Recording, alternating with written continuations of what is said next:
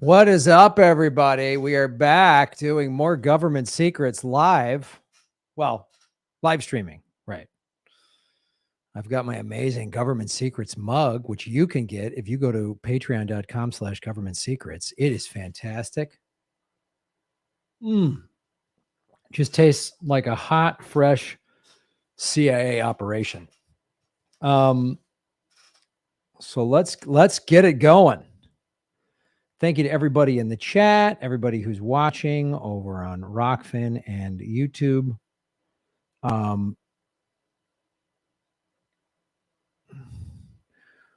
We're trying to get it set up today, but we couldn't. But in the future, this will stream on my YouTube and Lee's YouTube and Rockfin. So that's we'll get that set up for the next one. And I think this is going to be our set time for right now of 11 a.m. on Tuesdays, 11 a.m. Pacific and 2 o'clock Eastern time. But if you're a true fan of this show, you know that won't last long. You know that. You know that. Yeah. All right. So let's get it going. Thank you to Holly Horn, our moderator in the chat. Let's bring on, share this out on your social media, everybody. Like, share, subscribe, do all that cool stuff. Because that helps our show, and of course support us at patreon.com/government secrets. You can see it scrolling below, and we will, at the end of this show, we will go immediately to Patreon to do a bonus segment after this live stream. So let's bring them on. Ladies and gentlemen, welcome to Government Secrets episode 102 with the two most censored comedians in the world, Lee Camp and Graham Elwood. Bum, bum, bum. What's up, buddy? Hey, man, how you doing? I'm good. All right. So, first of all, I forgot to tell you, from here on out, we're going to be on Wednesdays at 12:42 a.m. Tehran time. That's okay. Tehran, perfect. Tehran time. So I forgot to tell you that. And then also there's an email or a text somewhere waiting for me that you haven't checked yet that says, "Can we skip the Patreon extra segment today?" But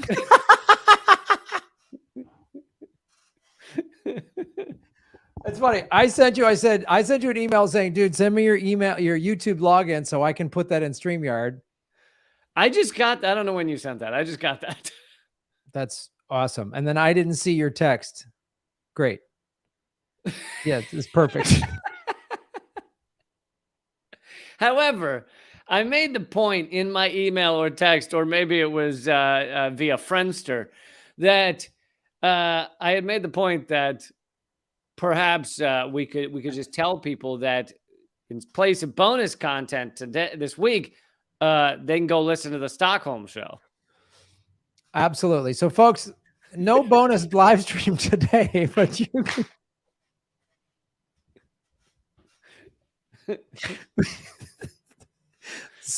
But please, the Stockholm episode is only available at Patreon. So check that out. Folks, when you watch a show or listen to a show with two very censored comedians, we got to stay mobile, and we can't be, so it's hard to pin us down. We can't just be. Also, next week, I will be an avatar of a pterodactyl. So I hope everyone's cool with that. I'm converting myself into an AI, so I'm not sure when exactly that'll take place, but this is I love that. I'm sorry. I think okay. Are you good for a half hour from now? Oh, wait. Did you say you couldn't do it today? I can't remember. Blink twice if the answer is no live stream.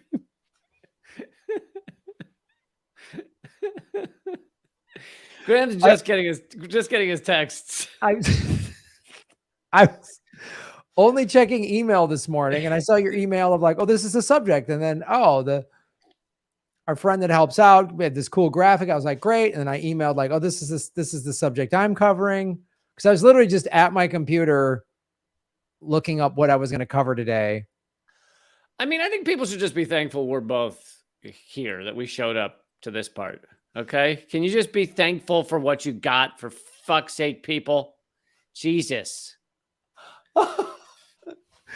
Be thankful I didn't end up getting arrested in one of the 6 countries that I visited when I was in Europe. I was at the Assange event in London, which was really awesome. And if you check out I live stream the whole thing. It's like an hour and a half, 2 hours long, and go check it out. But yeah. Which was longer, the line around Parliament for Assange or the line to see the Queen's body? Pretty close. Those lines were there at the same time, just awkwardly standing next to each other. They're both just. It was so funny. And when I got there, like talking to so many Brits, they were like, "Oh God, we didn't care." Like the media kept saying the whole nation's in mourning. We were like, "Let's move it on. Come on." Like, it's just more hype and more propaganda. But yeah, folks. So Stockholm is only available at patreon.com/government secrets. And we just dropped Berlin last week. So Berlin and London audio are available however you listen to the podcast on iTunes or Spotify or whatever. Yeah. So I think, because I got some questions last week, I think there's a lot of people that only watch the video live stream. And so for those of you who do that, we want you to know the live London show and the live Berlin show are on the audio platform. So if you only watch the video, you haven't seen those or heard those, I guess. Yeah. And so the video for, let's clarify this, the audio are for free on wherever you listen to podcasts. Yeah. The London video are on what's it called? Patreon. I just blanked out. Are on Patreon. But the Berlin video, there's no video. There is no video. I mean, there's my iPhone, but it's not good. It's not good enough to put on. We're not posting that. We're not posting that. So, but if you want to watch the London show, you can do it at Patreon. Yes. So audio, and then audio for Stockholm only at Patreon. And then actually the smell from Berlin, we're only putting at Patreon. We're doing a Berlin scratch and sniff Patreon tier, which is going to be good. So you can check that out. If you take in your podcast by smell, you're going to want to join our Patreon. For all the hashtag smell fans out there, we really wanted to get some products out there for you that you enjoy. So this is, I traveled for 6 weeks and I shot my special in Chicago, which is great, and edited it, which is awesome. But for the last week, the jet lag really caught up with me because I gradually flew out. You know what I mean? I didn't like just go right into, so I kind of flew out. And while I was in Europe, I didn't have like crazy, I had a little jet lag, but I wasn't like knocked out and was getting decent sleep. And I think the adrenaline and just all the fun and seeing stuff. And when I came back to LA, I was editing and for like 4 or 5 days straight. Special's done, by the way. It looks awesome. And I'm having meetings tomorrow with people that are interested in buying it. So that'll be cool. But then when I was done with the special, so like a week ago, Monday or so, I just like, I've had crazy sleep patterns and just forgetting, like, I'm amazed I didn't just walk out of my apartment naked and lock myself out, just like walk out of the shower. I've just been out of it, man. I left my yoga mat at the yoga studio, Lee, which is fine. It's in a safe place. Which is kind of funny because that's the only thing one brings to a yoga studio. That's it. It's not like you had loads to remember. I literally set it down because I take a shower. It's hot yoga. So I take a shower after hot yoga. And then it's probably, I don't know where it is, in the shower or something. I don't know what's going on. Well, I'm glad you made it to this.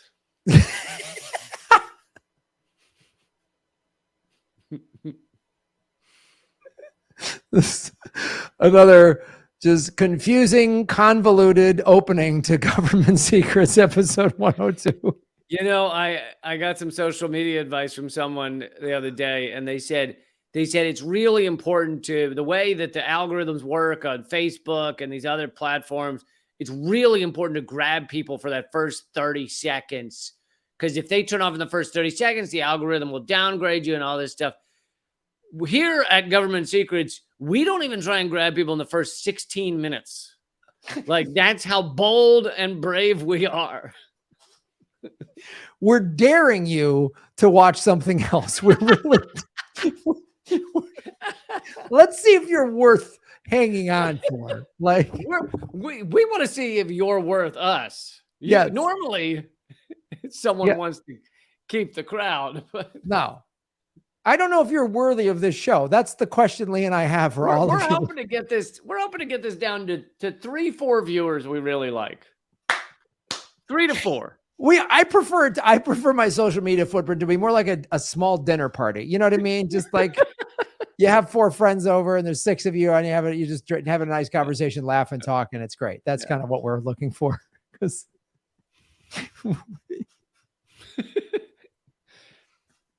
we really, honestly, this is our real strategy. We want our first 16, 17 minutes to be really boring so that the NSA and the CIA leave and go fuck. Exactly. Follow CIA, we have someone monitor when the CIA tunes out or falls asleep, and then we get going. As soon as we get that, a light goes up. Oh, the CIA is off. And then we go, oh, let's go into our first segment. Yep.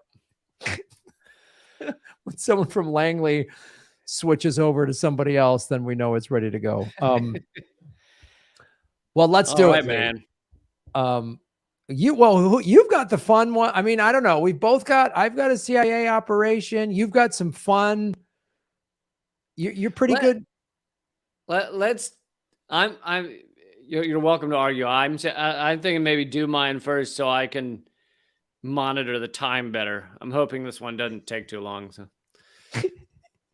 Yeah, let's monitor the time better.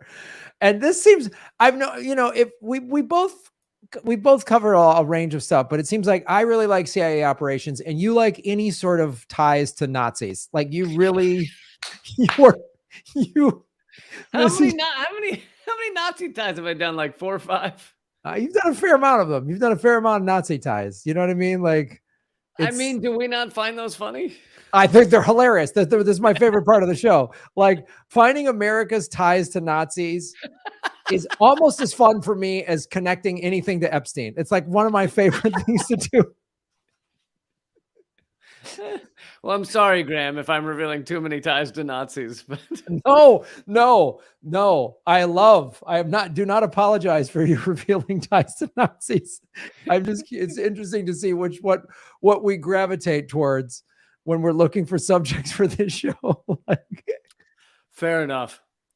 So let's get into Government Secrets. Segment number 1, Lee Camp's ties to Nazis. Wait. Not yours. Not your ties. Not yours. I said that wrong. That's the jet lag. Segment number 1. Lee Camp worked for the Nazis. Oh shit! I said that wrong. Yeah, we're gonna take the funny voice away from you, Graham. If you're not responding with great power comes great responsibility. If you abuse the wacky voice, then you're gonna not have it anymore. So yeah. All right, so this is coming. I'm going to be reading passages from the book called The Gray Lady Winked. And the book is all about how terrible the New York Times has been over the years. And under our mission statement of government secrets, in my opinion, that also means secrets by the largest legacy media that is attached to our corporate state. So I feel like this is something you should know that you don't know. And also, I mean, we've talked about it before on this show and both of our individual shows. I mean, big corporate media is part of the intelligence apparatus. You know what I mean? It is part of the propaganda machine. So they are absolutely a government asset. And nowadays the CIA just calls up New York Times and says, print this, and they print it with fawning approval and act like that's the truth. Yeah. But so, I'll just dive into it. On December 21st, 1924, the New York Times arguably made the worst prediction in the history of modern journalism. Quote, His behavior, and you're going to find out who he is in a minute, his behavior during imprisonment convinced authorities that he was no longer to be feared. It is believed he will retire to private life and return to Austria, the country of his birth. The he in the article was Adolf Hitler. Needless to say, he did not turn to private life nor go back to Austria. He didn't just retire on a farm? Wait a minute. Who's this now? Adolf Hitler? What did he do again? I couldn't. What? He sold automobiles later. And actually, Graham, if you want to show it, we actually have an image of that article. Hitler tamed by prison. How great of a title of that is that? Hitler tamed by prison. Oh man, boy, that is. I'm trying to think of a bigger miss, but I cannot think of one. I cannot think of one. That's almost as bad as when ESPN said Michael Jordan cannot return to basketball after being a baseball. I mean, it's literally the next. I mean, it's literally when the Portland Trailblazers were drafting number 2 in the draft, and they passed up Michael Jordan to pick Sam Bowie. We've all heard of Sam Bowie, right? Like, this is unreal. So the Times, and here's the thing is the Times, it's not like they were unfamiliar with Hitler. At that point, they'd already been covering Hitler for more than 2 years by the time of the paper's disastrously wrong prediction.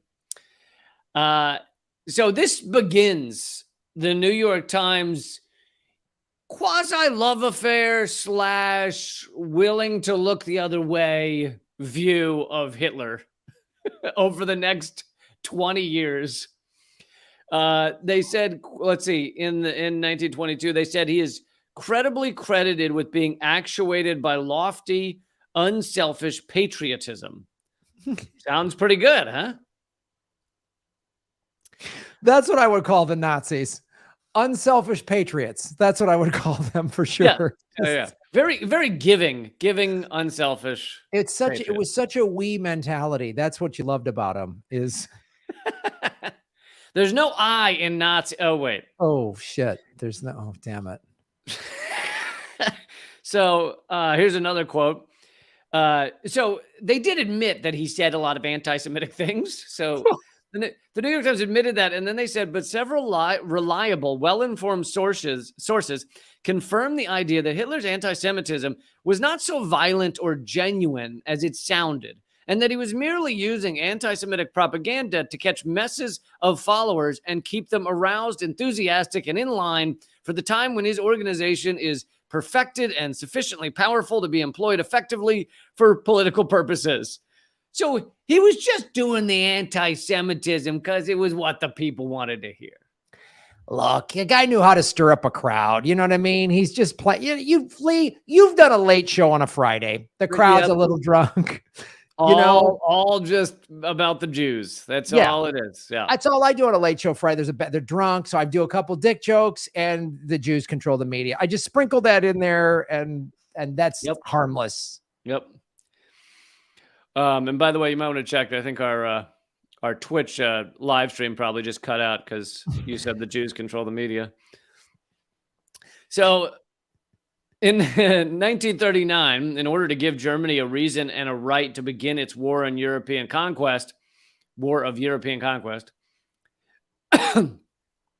Hitler and a number of Gestapo propagandists and henchmen concocted a scheme to make it seem as if neighboring Poland had attacked Germany. With a bit of crude but bold propaganda, the Second World War began. The New York Times bought the Nazi dupe. Basically, they dressed up prisoners as if they were like Polish. No, they dressed up as Polish soldiers, and they dressed up prisoners as Germans and walked in and shot and killed them, and said Poland has attacked Germany. It was a false flag. Wow. But that's the only time the New York Times has ever fallen for a false flag, right? Before they've never fallen for one since, right? Like, yeah, not the first nor the last time that they fell for it. So the New York Times reported it exactly as Germany was saying it was. And this book says the problem, however, was that the Times places, names, and events themselves, as they were reported by the Times, were all Nazi fabrications. With the publication of Nazi propaganda on the pages of the most trusted newspaper of the world's greatest democracy, the Fuhrer and his top propagandists got more than they could have ever hoped for from that false flag operation. So you got to remember that at this time, I mean, and to some degree even now, the New York Times was such a thought leader and so influential that the things they reported can change history. Like what they were reporting could get the U.S. government, not immediately, but in some regards into war or opposed to war or think it's fine. Or to put it into a historical context for anyone in the audience here, especially if you're younger, you need to understand how powerful the newspapers were in the 20s, 30s, 40s. I mean, TV started to take over in the 50s and 60s in terms of powerful, but even then the newspapers, like back then, this is the pre-television era. So it was the newspapers and radio. And when movies started coming out, then they had the movie tone news a little bit, but really the newspaper. So if something was front page news on a newspaper like the New York Times, that was it. It was like, well, this is true. This is fact. And you had a lot of different papers. I mean, you had newspapers that leaned conservative or federalist or whatever. You had papers that did that, but this was etched in stone. If it came from the New York Times, was the common perception that people need to understand. So this is how powerful it was, which is why we've talked about before in the show, how, what was it? George Creel created the Creel Commission, which Woodrow Wilson used to get Americans to go into World War I. And he used newspapers, magazines, and radio and even popular songs. Like they wrote that song over there. That song was a marketing jingle to get Americans to change their view. And they did. From looking at World War I before America's involved, it was literally Americans called it Wall Street's war to then, oh, we got to go fight the Kaiser. Yeah. Successful propaganda. And so the Times article failed to mention that the single source for their entire article was the official newspaper of the NSDAP, the Nazi party in Germany. I mean, can you imagine? The New York Times gets an article from the Nazi party newspaper that says they were attacked and they just reprint it. So at this time in the 1930s, swaths of corporate America, such as mega conglomerate Standard Oil, enjoyed lucrative relationship with Hitler's regime. And you and I have done segments on particularly Ford and GM being really in bed with Nazi Germany. They enjoyed lucrative relationships and lobbied to keep things just as they were. This movement had enough strength to keep FDR, who with Winston Churchill watched the Nazi rise with foreboding, constrained from taking the action he felt was necessary to prevent the all-out disaster that would soon become the Second World War. And, with the New York Times also saying, this isn't that big a deal. This guy's not really anti-Semitic. It's okay. Also, these things, go ahead. Let's just interject this as well. Right somewhere in the 30s, Time made him Adolf Hitler Person of the Year. Yeah. So it wasn't just the New York Times that were like, hey, Hitler's doing some good stuff. I mean, it was to tie in Hollywood into this. So the new movie industry at the time in the 30s, when the Charlie Chaplin made the movie The Dictator, he took a ton of shit because there was a lot of people like, hey, wait a minute, man. He's pulling Germany out of the Depression. He's doing some good things. Everybody wasn't gung ho for this until I think a lot of Hollywood turned their backs on him because of it. Yes. Yeah. And so this book goes on to say that for Hitler viewed American delay into getting in the war as being key to victory. So really, he very much wanted America to remain out of the war. So over the course of the decade, in the 1930s, the Nazis under Hitler employed the same tactic again and again: pretend to be pursuing peace, but pursue war. For nearly 10 years, the New York Times reported many of these stories by simply reprinting Nazi claims, particularly when it came to Hitler's peaceful intentions. There was very little journalistic counterbalance in the Times reporting on Germany, and even less editorial outrage when it came to the Nazi regime's early crimes. Back in 1922 and 24, the Times wrote about Hitler as if it could not decide whether he was good or bad, dangerous or harmless, a quote-unquote lofty patriot or an anti-Semitic maniac. At the end of the day, it was the notion that Hitler was a relatively harmless, if vociferously nationalist, leader that prevailed in the Gray Ladies reporting. Wow. The Times reporter, this is a reporter named Burkhall who he reported on the Berlin Olympics, the 1936 Olympics. The Times reporter could hardly have been more sympathetic to the Nazis. While the articles, so there was a riot before the Olympics because of it was Nazis attacking Jews was what really went on, and the headline of the article was "Berlin Riots Mar Olympic Planning." The report had almost nothing to do with the riots themselves and instead focused almost exclusively on the grand affair that the Olympics were sure to be.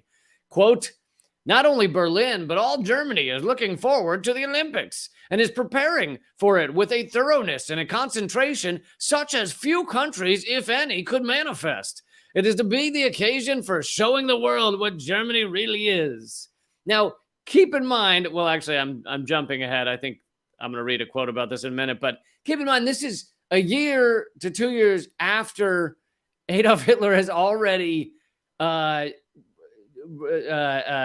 stripped Jews of their citizenship and forbid them from entering a lot of professions. Right. And this is the thing. And this to me points out a lot of stuff that we have currently going on. So people on the right and even indie left media who have downplayed like January 6th, right? It's not that big of a deal. Not everybody there was a Nazi. But when you have people with automatic weapons and Camp Auschwitz shirts and 6 million wasn't enough overtaking the Capitol, and everybody at the Capitol, let's be honest, 99% of the people there were white. So when I see people downplaying the rise of neo-fascism in this country, and just because they don't like the Democratic Party or MSNBC, which there's much to not like about those two places, they then minimize what happened on January 6th. I've seen so many people in indie media do this, and they're just like, oh, it wasn't that big of a deal. It's like, yeah, it was. And it's this type of rhetoric. And also too, to the liberals then throw around, they just call anyone that is a Nazi. So it really is a cry wolf thing that everyone isn't a Nazi. You can't make every parallel to the Nazis, but when there are legitimate ones like this, like anti-Semitic rhetoric coming from politicians, coming from Trump at his rallies, coming from, people doing in 2015, 2016, I was like, Trump was scary because there was people doing the Sieg Heil salute at his rally. The Klan endorsed him. So that's dangerous as shit. And the Democrat, my not to go into this, but I mean, like, obviously my complaint, and I'm sure yours as well, is the Democrats have done nothing to prevent this. But reading these articles and showing the minimization of what Hitler was already doing, not just, it was just rhetoric in the 20s, but by the mid 30s, by the time the Olympics, like you said, he'd already taken Jews' rights away and meant they weren't allowed to go to certain parts of the city or whatever. Like, he was already doing that stuff. And people just kept minimizing it. Oh, it's not that big of a deal. And look what he's doing. And it's really reckless when indie left media, people who call themselves left, minimize this far right shit that's coming out of the Republican Party. And there's plenty of fascism being done by the Democrats. Yeah, there's a lot of what you're saying that I agree with. I agree that minimizing this far right shit is very dangerous and is truly sad to see. I think the reason comparing Trump to Hitler, I think, serves the liberal class. And meanwhile, the actual white supremacist actions of our country continue unabated. So we can drop tens of thousands of bombs on non-white countries. Basically, they're less than human because they aren't white and they don't have Christianity as their religion. And that can be done under each and every president, but only Trump is the one who's Hitler. See, and that's why I hate the, Trump is Hitler shit, is because it's normally, I'd say, 90% of the time used to say, so let's keep, the Bidens and the Obamas in office because they're not the Hitler. And it's like, no, the actual foreign policy that is horrific and white supremacist, that continues exactly identically, essentially. No, it doesn't matter whether it's Republican or Trump or Biden or Obama. That's an excellent point too. That's a great point you bring up. And that point was magnified when it was like, oh my God, blonde-haired, blue-eyed refugees out of Ukraine. That's horrible. Like, we can't have that. And you're right. This U.S. foreign policy, especially the last 20 years, has been very, very white supremacist. So to keep going here, in the eyes of the Times correspondent, that Germany was a misunderstood and quintessentially peaceful place. Quote, the German authorities have given a pledge that there shall be no race discrimination in the selection of the country's official Olympians, Burkall reported.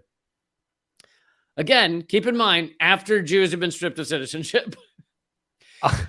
While reports from the 1920s might have taken a split the difference approach to Hitler, by the 1930s, the New York Times was struggling to ignore 15 years of undisguised Nazi racism, jingoism, anti-Semitism, predatory violence in order to maintain a delusion that maybe the Nazis were not so bad after all. In no uncertain times, the New York Times celebrated the Berlin Games. After the world had just witnessed despicable displays of racism at the Nazi Olympics, brazen fascist spectacles, fucking Nazi flags, Nazi salutes, thousands of people in the stands giving Nazi salutes.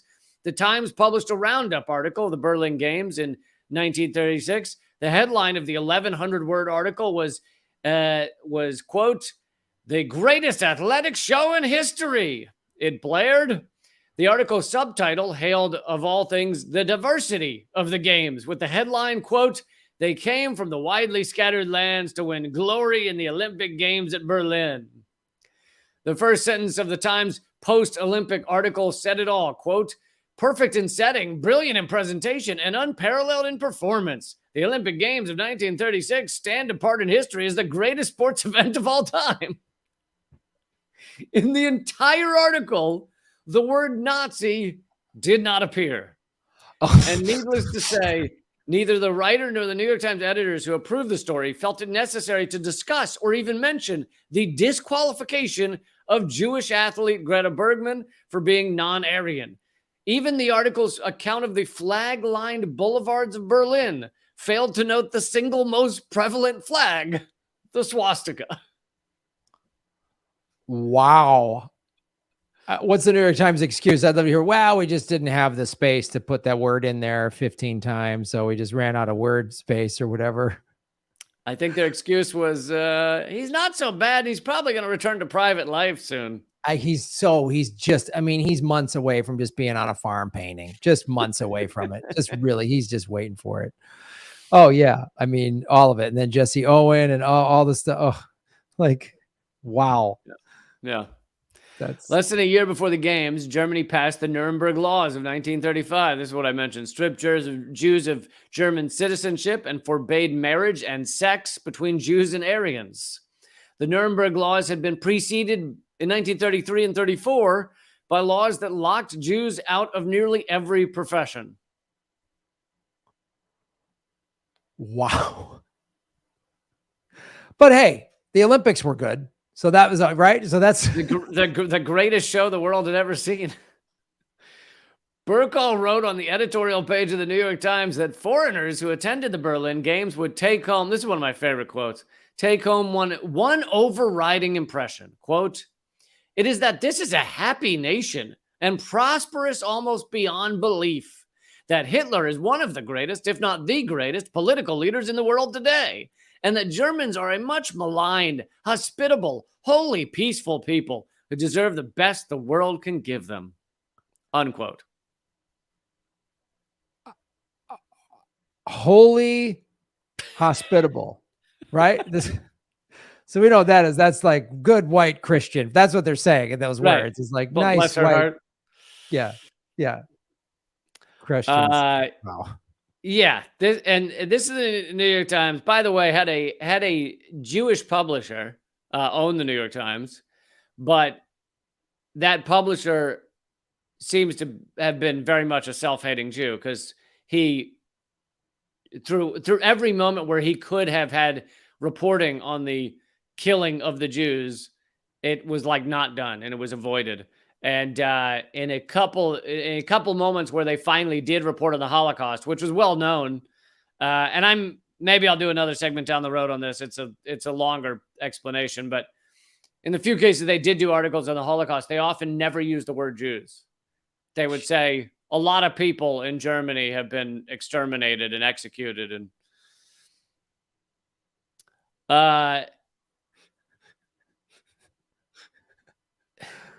so the Times continues to be kind of a Nazi propagandist through some of World War II. After everything that happened, after all the Nazi brutality, the Olympics propaganda, the eventual disaster of Munich, and the Gleiwitz incident, Guido Indiris, who was the New York Times Berlin chief, was still writing and assigning articles that were sympathetic, if not outright supportive of the Nazi regime. Members of the New York Times' own staff started to protest Times reporting coming out of Germany. And people said they continually heard Nazi news announcers citing New York Times articles in their reports. As like, look, even the American press is saying we're good and we're doing right. And wow. For 10 years, the Times Berlin bureau under Indiris took the soft tack on the Nazi regime, whitewashing its crimes and downplaying its dangerousness, all the while leading the American public, hungry for information about the new Germany, down a deadly path. Germany declared war on the United States in December 11th, 1941. As part of the Nazi war, all American journalists, so at that point, all American journalists in Germany were rounded up and escorted by Nazi guards to a Berlin train station, where they were put on a train to a hotel that was out of business. So it was basically like a prison that looked like a hotel. It was bone-chillingly cold with little in the way of food or freedom. It was a prison in all but name. And it wouldn't have taken long for the American journalists to notice that the bureau chief of their country's largest and most influential newspaper was nowhere to be seen. Where was Guido Indiris? Well, in an official Nazi memorandum that came out years later, declared that the Americans were to be rounded up as reprisal for actions taken against Nazi agents in the U.S. by the American government. However, they noted, one American was to be left out of the roundup, Guido Indiris. Why? The Nazi undersecretary wrote in his official memorandum that the New York Times bureau, Berlin chief was to be left alone, quote, because of his proven friendliness to Germany. Wow. Man. And so that's the New York Times in an incredibly pivotal lead up to World War II. Whitewashing Hitler's crimes, whitewashing it all, and leading a lot of Americans to think that what was going on was not nearly as bad as some other outlets might be saying. It must have been a tricky day when it was like, Germany's great, Hitler's good, love the Nazis, they're good, they're good. Oh, wait, by the way, they just declared war on us. What was that? What was that Right. first article? Right, that article. Germany declares war on the U.S., but they're still looking for peace. They declared war as a sign that they're ready to talk. They want to get into negotiations. Yes. And that, boy, we have taken so many pages out of the Nazi playbook of just, we go around bombing the shit out of everybody, but we're looking for peace. Right. Ultimately, we want peace. Yep. We want, Yep. this war will bring about peace. We've taken a lot of pages out of the Nazi playbook, and they took a lot of pages out of our playbook. Hitler had a portrait, as we said on an early episode, a life-size portrait of Henry Ford in one of his offices. And he also said that he got the idea for, concentration camps and things like that by U.S. slavery. So that's fantastic. That's more of America's great exports is that we've put out there in the world. So, all right, is that it, buddy? The final note. This also fits a little bit. I mean, let's hope we don't go to the size or breadth of anything like World War II, but this fits with right now in that the New York Times, I almost said the Nazi York Times, is again whitewashing crimes of Nazis, acting like the Azov Battalion is not a neo-Nazi battalion. It's unbelievable how they're whitewashing it. And it's all of Western corporate media. I mean, there's guys literally wearing swastikas and SS things in, and we're just like, yay, go you Ukraine freedom fighters, go fight those bad Russians. Jon and it's like Stewart giving a gold medal award to a Nazi with Nazi tattoos on a stage at Disney World. That is America today. Just this corporate infused, just big gulp, supersized, a Jewish liberal giving an award to a Nazi on stage at Disney World. I mean, he's probably like, well, Disney's a sponsor. There was a good payday. I mean, sure, the guy's got some weird like, what is Jon Stewart telling himself? I know exactly what he's telling himself. He believes everything he reads in the New York Times, Reuters, Guardian, etc. Right. So he believes that the Nazi thing is some crackpot thing that internet trolls have come up with. And he didn't look into who this guy is. He just knows this guy is a Nazi fighter. Not a Nazi fighter, a Ukrainian fighter. And who got injured, I believe. So he's giving an award to a Ukrainian fighter who got injured fighting against Russia. And because he believes the New York Times and Reuters, he thinks there are no Nazis fighting for Ukraine. Yeah, that's just right-wing crackpots are coming up with that story. Yeah. Wow, it's that. Yeah, I don't know what's happening in Ukraine and our whitewashing of the Azov and the other neo-Nazi groups there is unbelievable. But actually, it's not unbelievable. It's very believable based on the prison tames Hitler headline. Prison tames Hitler. Yes. Oh man.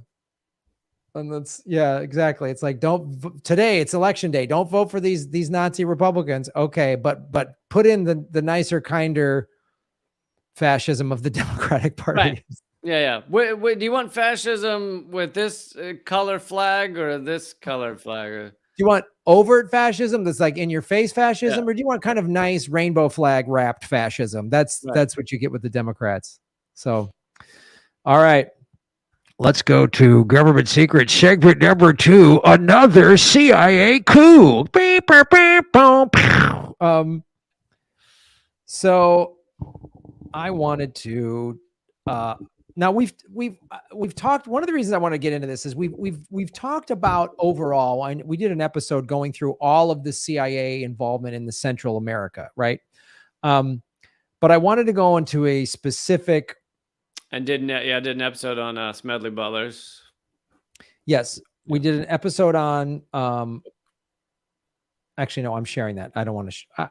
Well, there it is. Project Fubelt. And so what this is, and I'll start reading from it in a sec. But this was fucked up beyond election time. What does Fubelt stand for? I hope that's what its designation is. They're just like, so let me read this here. So basically this is it's part of a longer USA's intervention in Chile, right? And this is kind of how we helped get Pinochet in there, who was awful and tortured his own people. So basically, Project Fubelt was also known as Track 2 because we had Track 1 was our first attempt at trying to destabilize and get the and kill Allende. Yeah, Allende, because we've talked about this before. So Allende was a flat out Marxist, and so we can't have that near us. We can't have Marxism. We can't have a country govern itself. So the Fubelt was the code name. The CIA operations were to prevent Allende's rise to power before his confirmation and promote a military coup in Chile. The project came after the circumstantial failure of Track 1, which involved making President Eduardo Frei Montalva interfere with the 1970 national election, so to oppose Allende. So they tried to get Allende, they tried to stop him in 1970. That did not work. The highlights of Project Fubelt are cited in declassified U.S. government documents released by the National Security Archive. They came out on September 11th, 1998, 25 years after the coup, as well as papers that were uncovered by a 1975 congressional inquiry. CIA memoranda and reports project Fubelt include meetings between United States Secretary of State, our favorite, Henry Kissinger. Speaking of Jews that have done evil things, and CIA cables to its Santiago station. The summaries of secret action in 1970 detailing decisions and operations in the election of Salvador Allende in September of 70 and to promote a coup. So after he won and the first attempt in Track 1 didn't work, or they tried to run this other guy against him, the failure of the operation with the killing of General Rene Schneider, the U.S. National Security Council issued the Memorandum 93, which replaced Fubelt.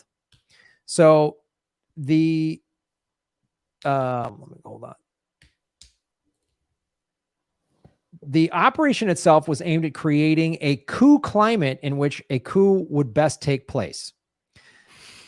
Oh, it's feeling kind of cooey in here. It's a nice coup climate. It's great coup weather today, don't you think? Wonderful. Like, you know what I mean? You just want to have an iced tea on the veranda and have a coup. Like, it's just... There's 70% chance of rain with a 10% chance of coup. I just like it when there's like, it's sunny, not too hot, like 78 degrees, and a light coup breeze just kind of comes across off the water. A light coup comes over the mountaintops. Yep. Oh, coup climate. You know, they say it's 78 out there, but it feels like coup.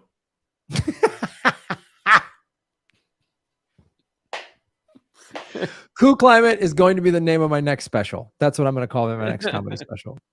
So, our old pal Tricky Dick Nixon ordered $10 million to the CIA to conduct this operation. To this day, this is the only record in U.S. history of a U.S. president. So cute back then, $10 million, weren't they? Isn't that funny? Just seemed like a lot. It's like, oh, you know what I mean? You could buy a comic book for a nickel and do a coup for 10 million. Like, really fun. You go down to the 5 and dime, get yourself a sarsaparilla for a penny. And I'll take a roll of gingham for a nickel, and a buffalo penny, and a coup. You know what? Throw in a coup. Throw in an extra coup. A roll of gingham. I'll get me a licorice stick. And one of the funny papers and a coup. And I'm gonna spring for a malt. Well, Sonny Jim, we're having a special. Buy 2 licorice, get a coup for 8 million. Oh, well.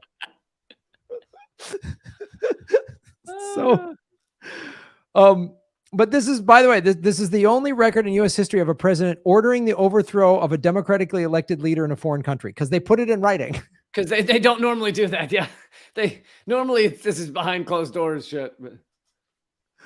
So you gotta love Dickie Nix. He's kind of, he had the same problem that Trump had, and I guess both were impeached, because impeached just means charges brought against them.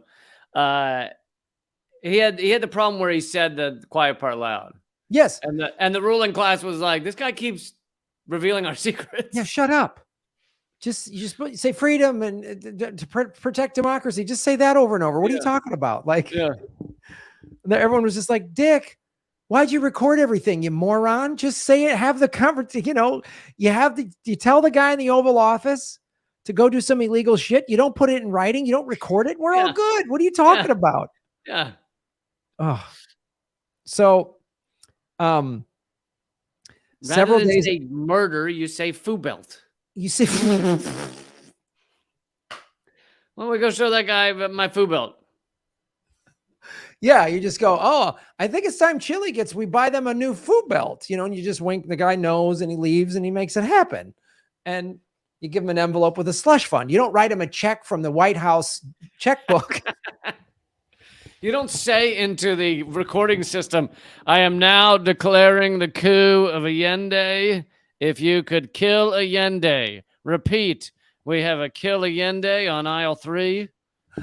Don't you think, Nixon, it was kind of dumb to have Kissinger walk around the White House with I helped kill Allende and all I got was a stupid T-shirt? Don't you think that was a bad idea? And Kissinger was a young 63 back then. Oh, yeah. He's 148 now or whatever. So the directive was given on September 15th. The CIA began to plan economic, political, and psychological warfare tactics to create a climate in which a coup would thrive. The commander-in-chief, General Rene Schneider, stood in the way of this operation because he was a constitutionalist and was like, even if he didn't agree with Allende, he was like, I'm not going to let the CIA come in and destroy my home country. So that then changed the plan. They had to then get rid of Schneider. So the CIA hired General Robert Vaux, an active General Camilo Valenzuela, and Admiral Hugo Trado to kidnap General Rene Schneider. The kidnapping was part of a longer plan by the CIA, which includes kidnapping Schneider, secretly flying Schneider to Argentina. They love just flying guys to crazy places. That's what I love about this. It's just like, you want a free trip. I don't know. They're like, that was one of their favorites. They spent a lot of time telling dictators they had free TVs waiting for them. They're like, the CIA is like timeshare salesmen. You know what I mean? Like, if you buy this coup, you get to go to Vegas or Argentina, your choice. So they then wanted to replace Schneider with a coup supporter. Military would declare that kidnapping was done by this is classic, right? We've seen this false flag stuff. So they were going to kidnap Schneider and then say that Schneider was kidnapped by Allende supporters to make it seem like Allende's a crazy guy or whatever. And then this old chestnut, which probably will happen in America at some point in the next 2 years, declare martial law, sweep through majority lower class areas where Allende supporters resided, wiping out opposition and declaring elections null. So we should talk about this briefly because there has been a wave of legit lefties that have been elected leaders in Central and South America, most notably Lula. And Bolsonaro is like saying, oh, it doesn't happen or whatever. And again, all of these guys, as was back in the day in Chile, had the support of the working class people. And the poor and the working class loved these guys, which is why I saw this video. So after Lula won and Bolsonaro said he wasn't accepting it, and his followers are nuts. Some trucks like blocked a freeway and the police wouldn't come. And so all of these like this like favela basically just came down and took and cleared it out and got them out of there. The working class people are like, no, man, Lula's our guy.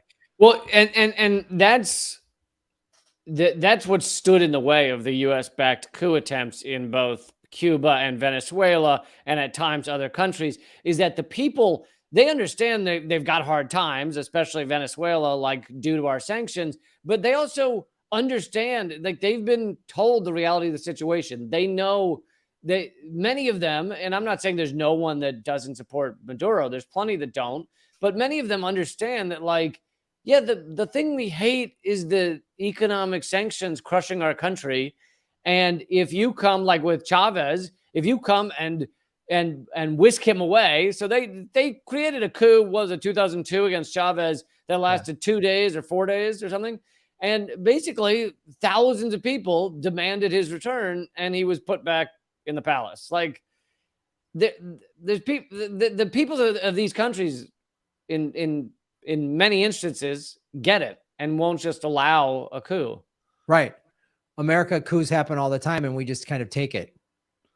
Americans, we just let it happen. As Bernie Sanders had the primaries rigged against him, we were all like, ah, shucks. Yeah. And part of that is Bernie just went, well, we got to, had Bernie said, no, I've been cheated. In 2020 goes, they cheated me twice. I'm done. I'm not, and his supporters might have gone, nope. Well, a lot of people forget this, but after in the first run, 2016, after he lost Iowa, he or his supporters or whatever, his campaign said, we think that, we want to recount. That doesn't seem legit. And there was a big stir about it. And who knows what was said to him on backroom phone calls, but he never mentioned it again. And throughout the rest of the primary, as we saw one rigging after another in various ways, there was never another mention from the Bernie campaign of anything being untoward or not perfect. Yep. And America just keeps letting this happen repeatedly. But so attached to this plan was a request for $50,000 to pay 3 individuals who were going to kidnap Schneider. It was worth noting that there was no plan by the CIA to conduct a subsequent democratic election after the plan took place. So they're just like, we're kidnapping this guy and we're going to declare martial law, and the results, there's no election going to happen. We're just going to get rid of America. Was out there stamping out democracy. Yep. On October 22nd, the group of CIA hired individuals attempted to kidnap the general, but instead ended up shooting him. He was taken to the military hospital in Santiago, right? We meant to kidnap him. We accidentally shot him. It was a fuck of a thing. Wait, you said kidnap? I thought you said shoot. I didn't know. They sound similar. If you say them slowly, kidnap. Doesn't it kind of sound like shoot? You hear it? You hear it? It's like, and Nixon's handwriting was kind of scribbly. So I thought kidnapping said shoot. I couldn't quite see it. And I think he spilled coffee on it or something. So Schneider then dies 3 days later in the hospital. And the Chilean people were obviously shocked by the attempted kidnapping and subsequent killing. And this was used as a motivating force for the Chilean public to overwhelmingly support Chilean constitutionalism and thus support the election of Allende on November 3rd. Oops. More dumb CIA meddling, making things worse. And it actually, it sealed Allende even more. Oh man, everything has gone Fubelt. Oh, okay. After the failure of Project Fubelt to create a coup before the election of Allende, the U.S. State Department suggested that the U.S. should just accept Allende's election and work towards his defeat in the 1976 election. Kissinger instead encouraged a more forceful reaction by the U.S. Kissinger justifies this by claiming that Allende will try to swindle the U.S., saying Allende wants to, quote, be internationally respectable, move cautiously and pragmatically, and immediate confrontation with the U.S., move slowly and formalizing. Yeah, we just think everyone's an enemy. Relations with Cuba and other socialist countries.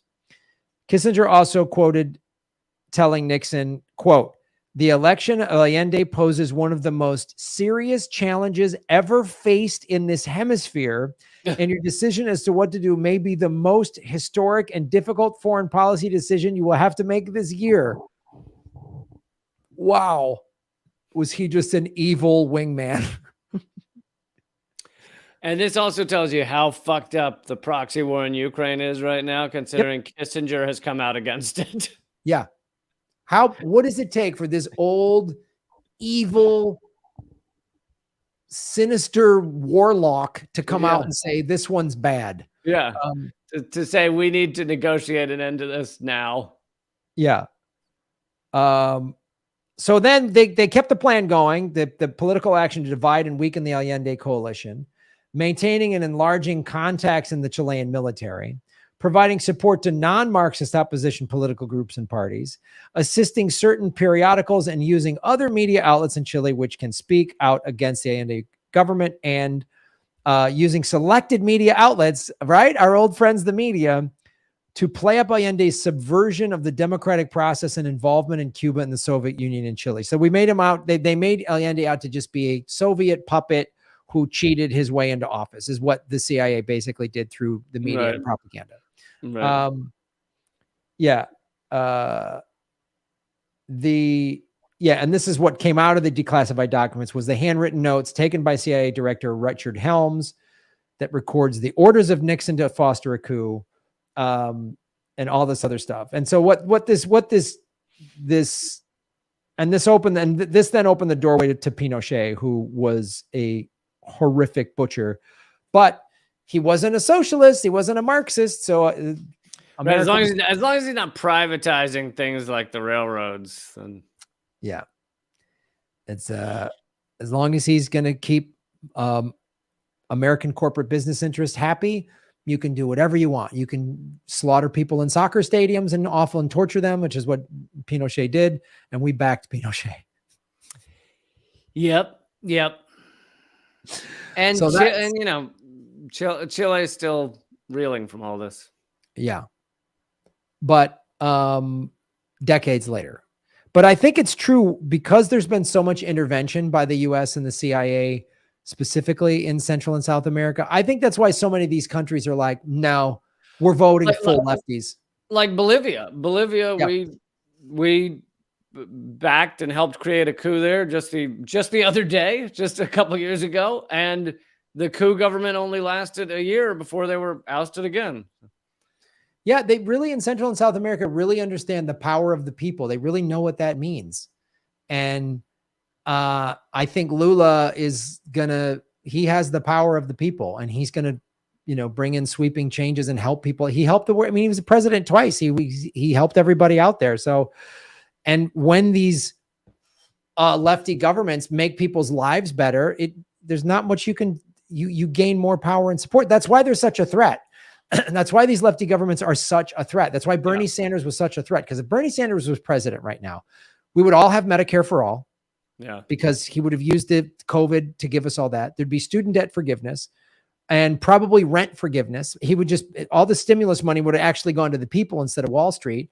And the Democrats today on this midterm election would be like overwhelmingly crushing the Republic. There would be not even close if the Democrats. They'd be crushing the Republicans, but they wouldn't be standing for, or at least people would expect something that is not actually what the Democratic Party is. The Democratic Party is actually very much the capitalist ruling class, pro-corporate, anti-healthcare, all those things. So if Bernie did get in there and did achieve those things, all of a sudden you'd have people thinking that's what the Democrats actually stand for, and they don't. They don't. And they haven't since FDR. I mean, quite honestly, they really haven't. I mean, it's just, yeah. And now the Democrats are probably going to get beaten today, and there'll be more overt fascists coming in, and then we'll be told for another 2 years, oh, we gotta take back whatever all this we have to take back. It's like, no, you assholes lost it because you're not a party of any lefty anything. You're, like you just said, you're a corporate Wall Street party. You're an awful. And for the people that are voting for Democrats, and if anyone needs me to repeat this, I hate both parties, so I'm not saying that in an vote Republican way. Republicans are equally fascist. But most of the people voting for Democrats today are doing it because of abortion rights, which is understandable. But the Democrats failed to codify abortion rights for fucking decades. Yes. Like that's you're putting your hopes on you want to get back Roe v. Wade with the party that let it get taken. I mean, it's so astonishing, and people will just keep kicking this football back and forth until America ultimately just collapses one way or another. So That's government secrets. Leaving them on a high note. Could you throw something in like free handies for all or something at the end? A handy in every pot. You know, America's going to make the handies run on time. That's what we're going to do. So, yeah, that's episode 102, buddy. What do you got going on? Yeah, guys, I hope you will join our Patreon. Listen to the Stockholm show that's exclusive to Patreon. Watch the video from London of the live show that's exclusive for Patreon as well. But yeah, all my stuff is at leecamp.net and leecamp.com. I just started this week an hour-long interview series every week. The first one was today with Chris Hedges. Nice. It's with Mint Press. I'm doing this. And so you can find that at Mint Press. You can find that on Mint Press's YouTube page. I'll be posting it around. But yeah, so check that out as well. Awesome, folks. I am just finishing up my comedy special. Thank you. Thank you to everybody, by the way, that came out to Stockholm, Berlin, and London. That was so awesome. We did those shows. And thank you to everybody that came out to my stand-up shows in New York, Madison, Waterford, Michigan, Cincy, and the special taping in Chicago was so awesome. The show looks and sounds great. I'm already shopping it around, and so that'll be out soon, and I'll start having more tour dates for next year. And hopefully we'll be doing some live government secrets next spring and summer. So follow, like, share, subscribe, everybody. There's no bonus live stream immediately following this today on Patreon. Because I didn't read my text. Mainly because of Graham. Graham said he just couldn't handle it. I was like, dude, what? Are we reliable or not? And he was like, I just can't do it, man. Right, Lee. That's perfect. Yeah, that's right. I'm the one hijacking. We'll be back with the extra content next week. Chill out, everybody. We'll be back next week. It'll be great. But this has been Government Secrets, episode 102. Nazis and coups.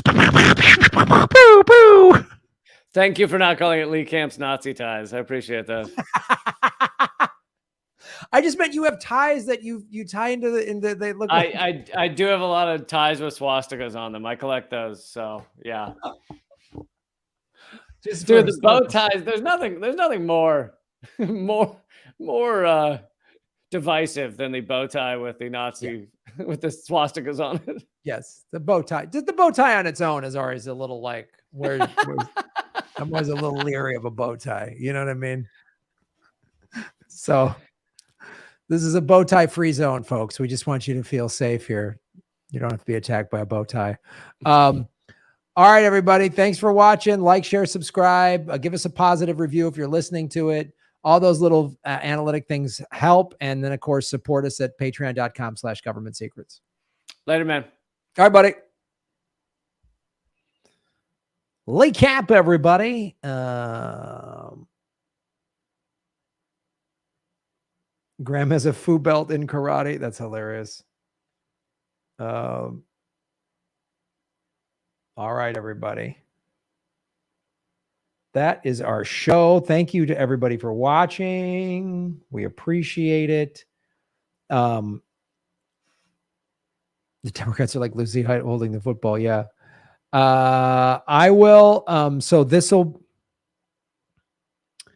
we'll have the audio for this up tomorrow, I think. But yeah, we'll be back doing this next week. Tuesdays at 11 a.m., 2 o'clock Eastern, 11 a.m. Pacific, 2 o'clock Eastern on Tuesdays for Government Secrets. I'll be live again Thursday. We'll be doing the game show.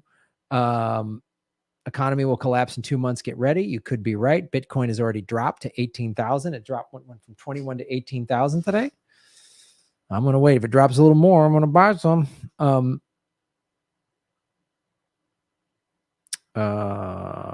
Yeah. Let's see.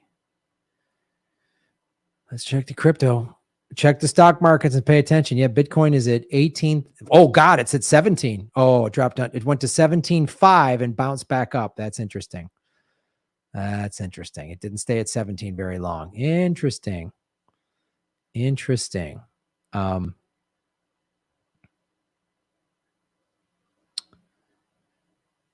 right.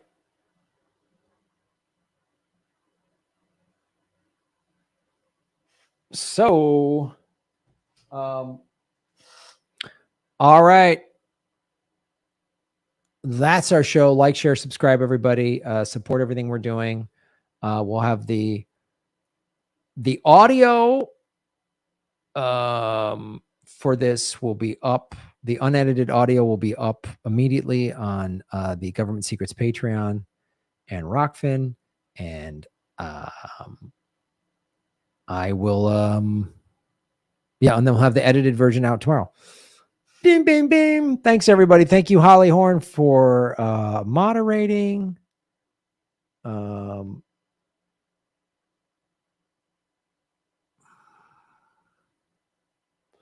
America burns, I'm coming with a big bag of marshmallows, said George Carlin. Right on. Thank you, everybody watching over on Rockfin. Thank you, everyone. All right. That's our show, everybody. Thanks for watching. Have a great Tuesday afternoon. Like they used to say in Chicago, vote early and vote often. We'll talk to you. We'll see you Thursday for the game show, which will be 5 o'clock Pacific time. Thursday, that'll be November 10th. Thursday, 5 o'clock Pacific, 8 o'clock Eastern, right here. Boom.